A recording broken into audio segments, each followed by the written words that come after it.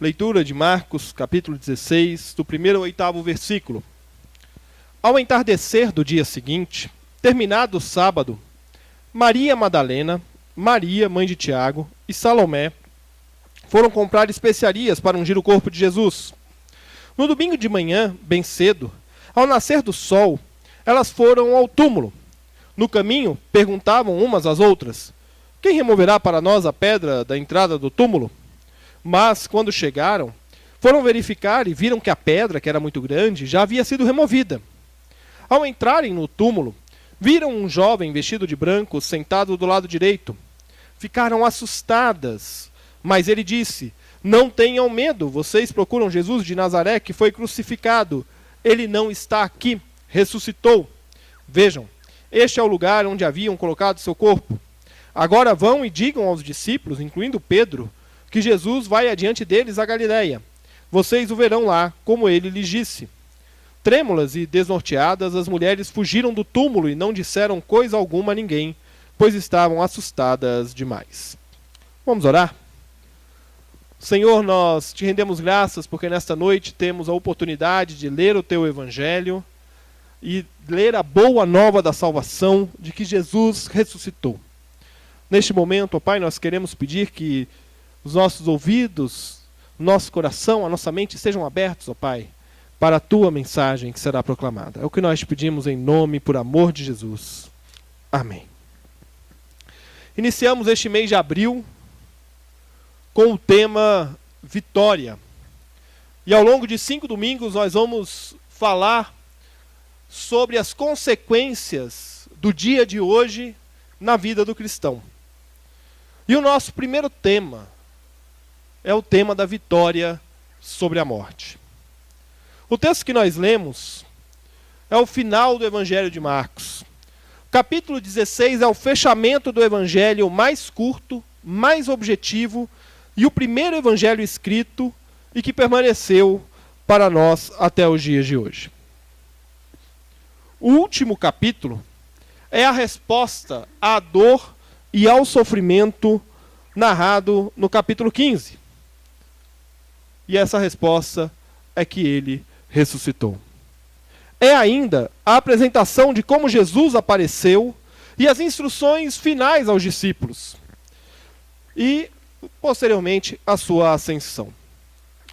A tarde do sábado indicava o fim do período de descanso para o judeu. E com a cidade cheia, devemos nos lembrar que nós estávamos no meio da festividade da Páscoa. Você vai se recordar que alguns domingos atrás nós pregamos sobre Jesus expulsar os vendedores do templo e falamos a quantidade de pessoas que havia em Jerusalém ali. Michel pregou no domingo passado sobre o domingo de Ramos e como haviam pessoas de toda parte ali em Jerusalém e eles estavam ali por conta das festividades da Páscoa. A cidade estava cheia de pessoas ali e, portanto, no sábado, final da tarde, vencido o período de descanso, cidade cheia, o que o comerciante faz? Abre as portas. Abre as portas.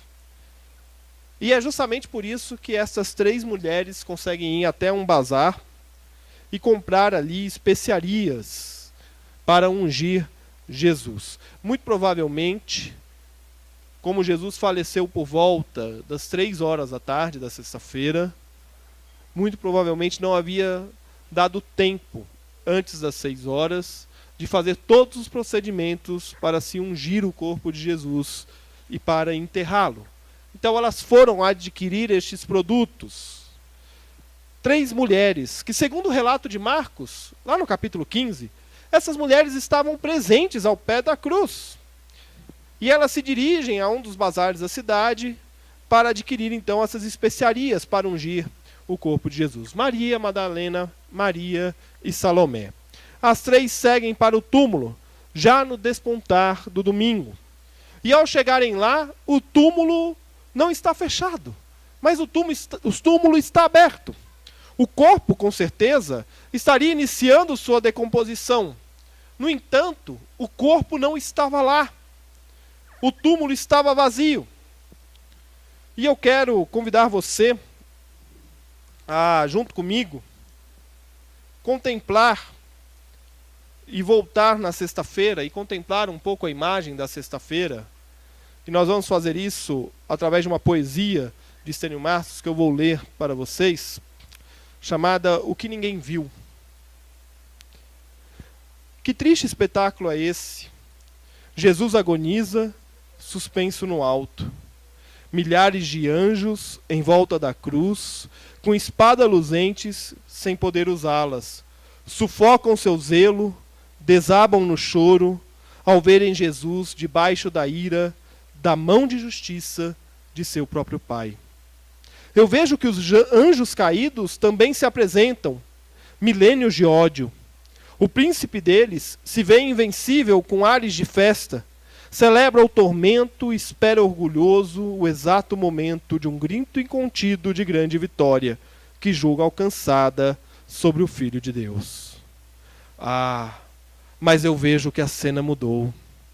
De repente essa cruz se tornou carruagem de fogo a voar, e Jesus em triunfo arrastando inimigos no ar. Amarrados expõem pelos céus o inferno, a morte, os troféus. Despojou o valente e humilhou, cativeiro em correntes de todos, ele é o Senhor. É domingo de manhã, bem cedo. 3 mulheres chegam ao túmulo onde haviam posto Jesus. Mas ele não está ali, ele ressuscitou. Diante do túmulo vazio, não resta outra alternativa a não ser correr e proclamar. Qual tem sido a sua reação diante da ressurreição de Jesus? O pastor e teólogo escocês Hugh Ross Mackintosh afirmou certa vez que cada sermão pregado deve ser um sermão pascal. E eu quero me apropriar de suas palavras para dizer que o nosso testemunho deve sempre ser o testemunho pascal. O testemunho da vitória da vida sobre a morte, do túmulo vazio, da proclamação sem demora. A vitória da vida sobre a morte traz consequências sobre nossas vidas. E vencida a morte, nós temos liberdade, temos consolo e temos vida eterna. E tais consequências nos dão uma missão de vida. E eu quero recorrer para falar destes 3 pontos, liberdade, consolo e vida eterna, a um texto de Rubem Alves, publicado há anos atrás pela editora Vozes, chamado Eu Creio na Ressurreição do Corpo. E nós vamos consultar alguns desses trechos. Vencida a morte, nós temos liberdade. Se Deus nos tivesse criado para a morte, seríamos apenas fulgurações efêmeras e tristes da vida e do amor, de início derrotadas. Suspiros inúteis, gestos vazios, palavras perdidas. Não. A promessa da vida florescia bem no meio do jardim. Lá estava a árvore da vida, frutos e sacramentos da juventude eterna. A beleza da ressurreição está na contemplação da tumba vazia. Naquela tumba vazia estava configurada a beleza da obra de Deus, a liberdade definitiva dos laços da morte, o fim do pecado, o fim do erro, o começo da nova vida. Uma nova vida que se renova a cada manhã e que nós podemos dela partilhar com o nosso próximo. Eu não preciso ser sempre este ser errado que eu sou. Eu posso mudar. Meu próximo também não precisa ser este ser errado que ele é. Ele também pode mudar. Assim, nos dispondo a repensar e a recomeçar nossas vidas, nós ressurgimos para um novo amanhã. Um amanhã de vida, de desafios e batalhas cada vez mais difíceis, mas que nos levam a crescer como pessoas, a conhecer melhor a Deus, a encarar melhor os desafios que a vida nos apresenta. Quando o povo estava no Egito, vivendo sob um regime de servidão, eles viviam sem esperança, sem perspectivas. A vida lhes bastava por si só. Deus levantou um homem e sua família para mudar essa situação. E eles passaram por provas, por momentos difíceis. Experimentaram tristezas, rejeições, amarguras. Mas eles também viram um milagre de Deus acontecer na vida deles. E eles viram estes milagres das mais diversas maneiras.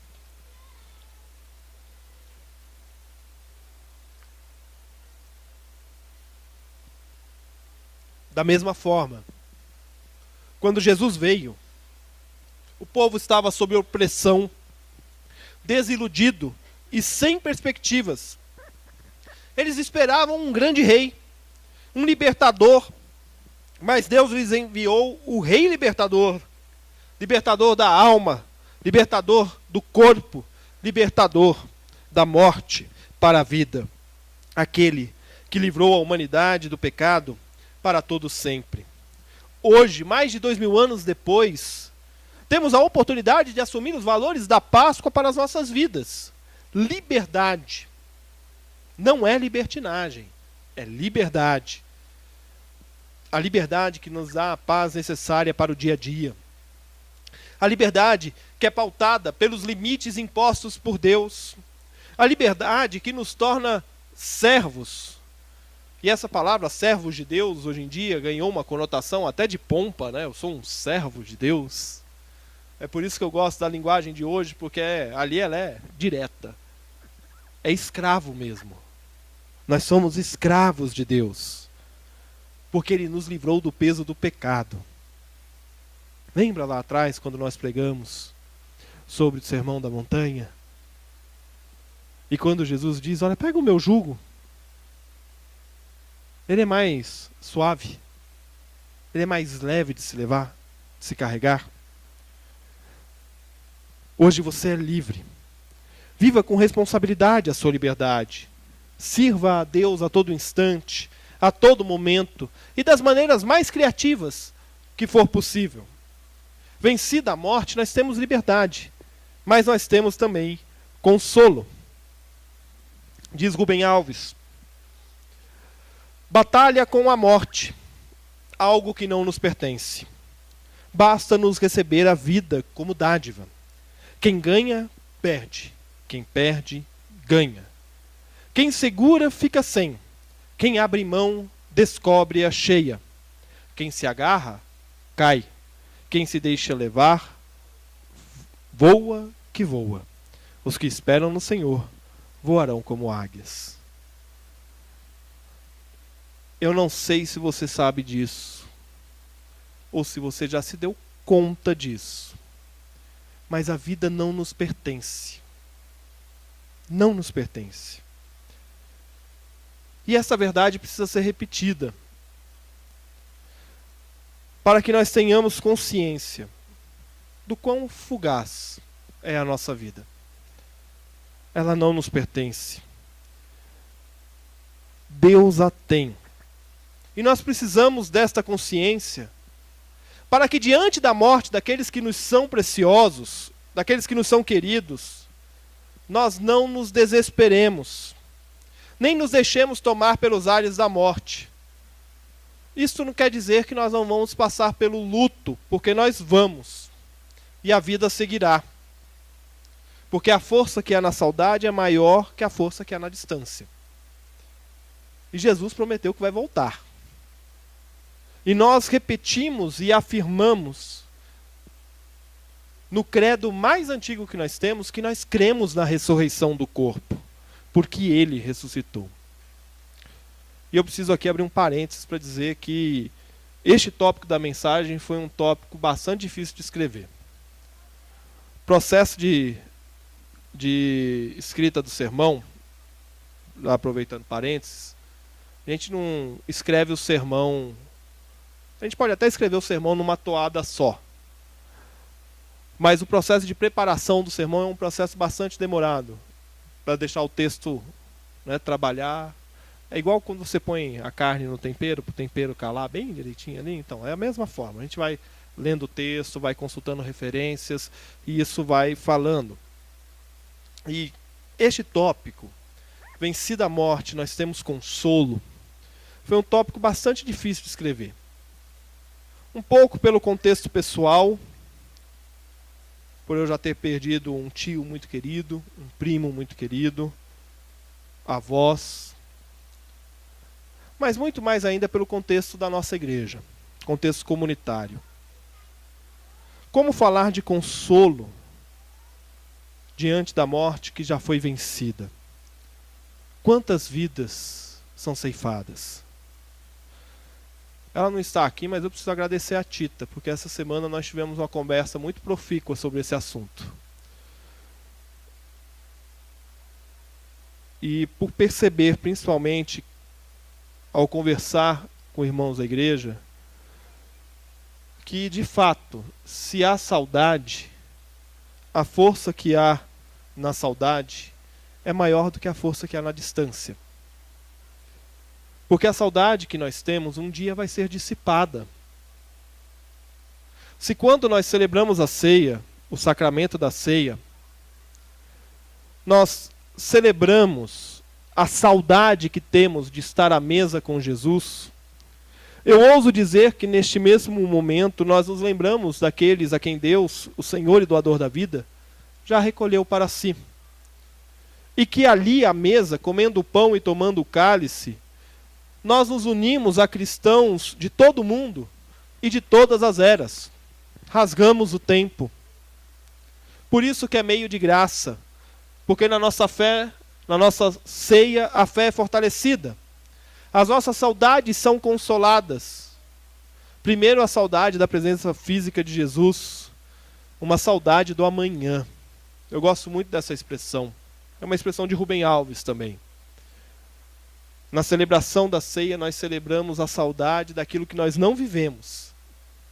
Nós não estivemos à mesa com Ele naquela última ceia. Nós não estivemos à mesa com Ele após a ressurreição, conforme o relato dos evangelhos. Mas ao participarmos da ceia, nós estamos à mesa com Ele, porque Ele se faz presente. Na ceia, nossa fé é fortalecida, as nossas saudades são consoladas. Saudade de Cristo, mas a saudade também daqueles que Deus recolheu e que pela fé nós sabemos que um dia celebraremos juntos novamente. Estaremos juntos à mesa. Porque nós cremos na ressurreição do corpo. Vencida a morte, nós temos liberdade, nós temos consolo e nós temos vida eterna. Diz o Rubem Alves, perde-se a vida quando não mais flutuamos ao sabor da vontade de Deus. Você sabe flutuar na água?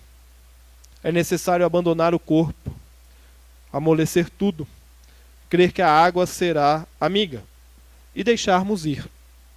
E a água nos toma e nos embala, como crianças. Talvez tenha soado estranho eu falar de saudade quando falei de consolo há pouco. Porque saudade tende a ser associada ao passado,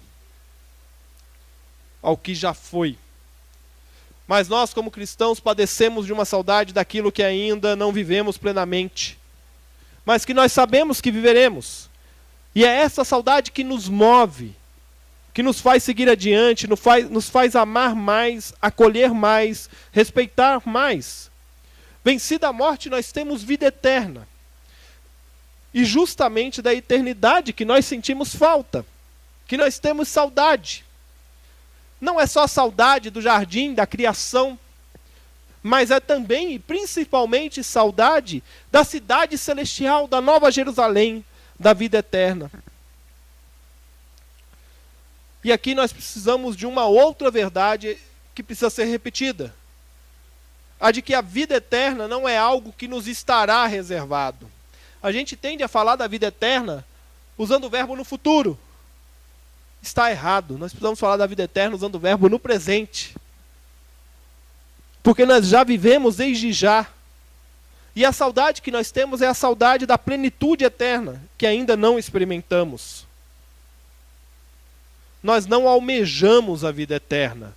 E aí isso precisa ficar muito claro para nós cristãos, porque isto muda a nossa perspectiva em relação à nossa existência e ao nosso papel diante dos nossos irmãos, dos nossos parentes, dos nossos amigos, da sociedade. Nós não almejamos a vida eterna. A vida eterna não é algo que eu estou esperando acontecer, a vida eterna já foi conquistada na cruz. E ela já foi consumada na ressurreição. A vida eterna é vivida hoje. O Espírito Santo é o sopro de Deus, gerador de vida. É o Espírito Santo que age nos cristãos, aproximando-os do Criador. Nós só experimentamos e só experimentaremos a plenitude dessa aproximação num termo teológico chamado parousia. E essa parousia é o dia que Jesus vai voltar.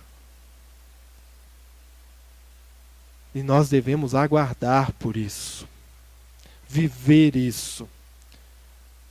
Porque quando ele vier, ele virá trazendo a ressurreição para todos que lhe pertencem. E isto rompe com um pensamento que nós somos levados a ter e a reproduzir como certo, que há uma separação entre corpo e alma. Nós sabemos muito bem que ao morrermos, o corpo volta para a terra e a alma para Deus, porque a ele pertence. É o que a Bíblia nos diz. Mas em Cristo, a criação não é redimida pela metade. O credo dos apóstolos e o testemunho dos evangelhos não diz que a alma de Jesus ressuscitou. Elas não chegaram diante do túmulo com a pedra aberta e se depararam com um corpo morto e um fantasminha flutuando, né? Não é esse o testemunho. O testemunho é da ressurreição do corpo. Nós cremos na ressurreição do corpo. E nós cremos na vida eterna.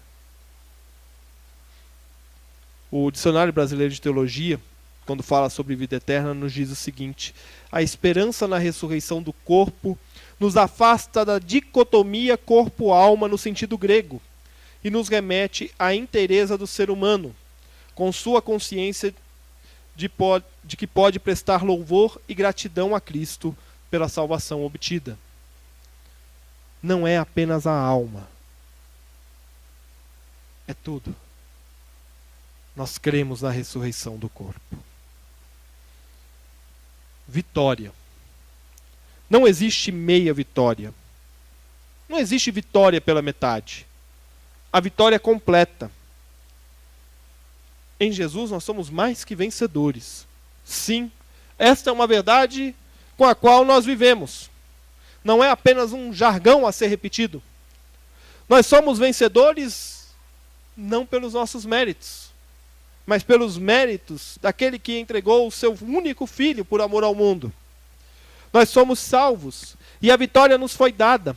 Não a conquistamos, sequer a merecíamos. Mas Jesus a conquistou na cruz e chama os seus para a vida verdadeira. A vitória da vida sobre a morte, a vida eterna.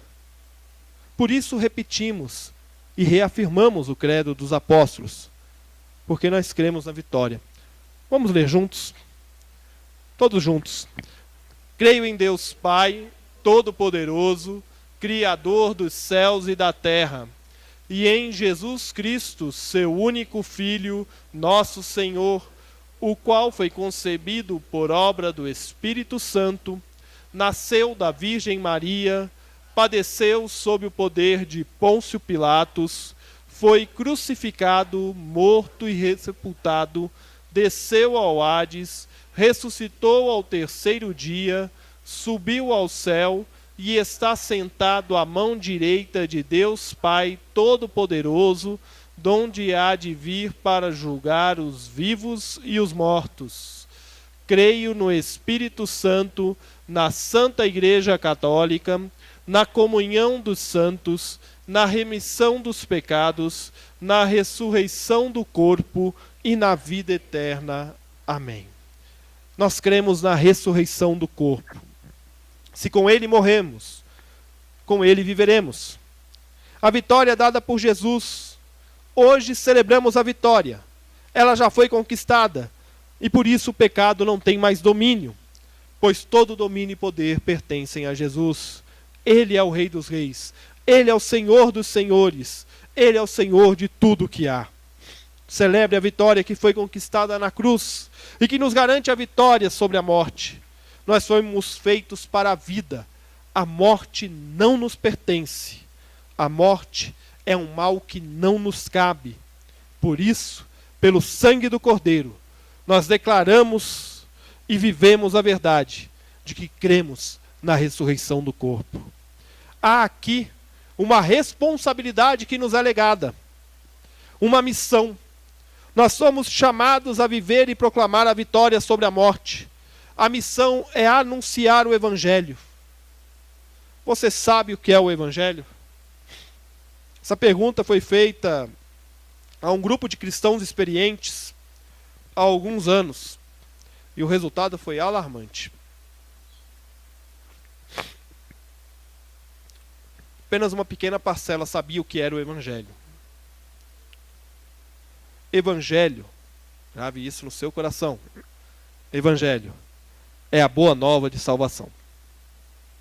E qual é a boa nova? Deus enviou o seu Filho ao mundo para que todo aquele que nele crê não pereça, mas tenha a vida eterna. Isso é o Evangelho. E a nossa missão, porque cremos na ressurreição do corpo e na vida eterna, a nossa missão é proclamar o Evangelho. É anunciar a boa nova que hoje, domingo da ressurreição, rememoramos e revivemos no partir do pão e no tomar do cálice. Nós somos vitoriosos, mas não por mérito nosso. Nós não somos vitoriosos sozinhos. Nós o somos pelo mérito de Jesus.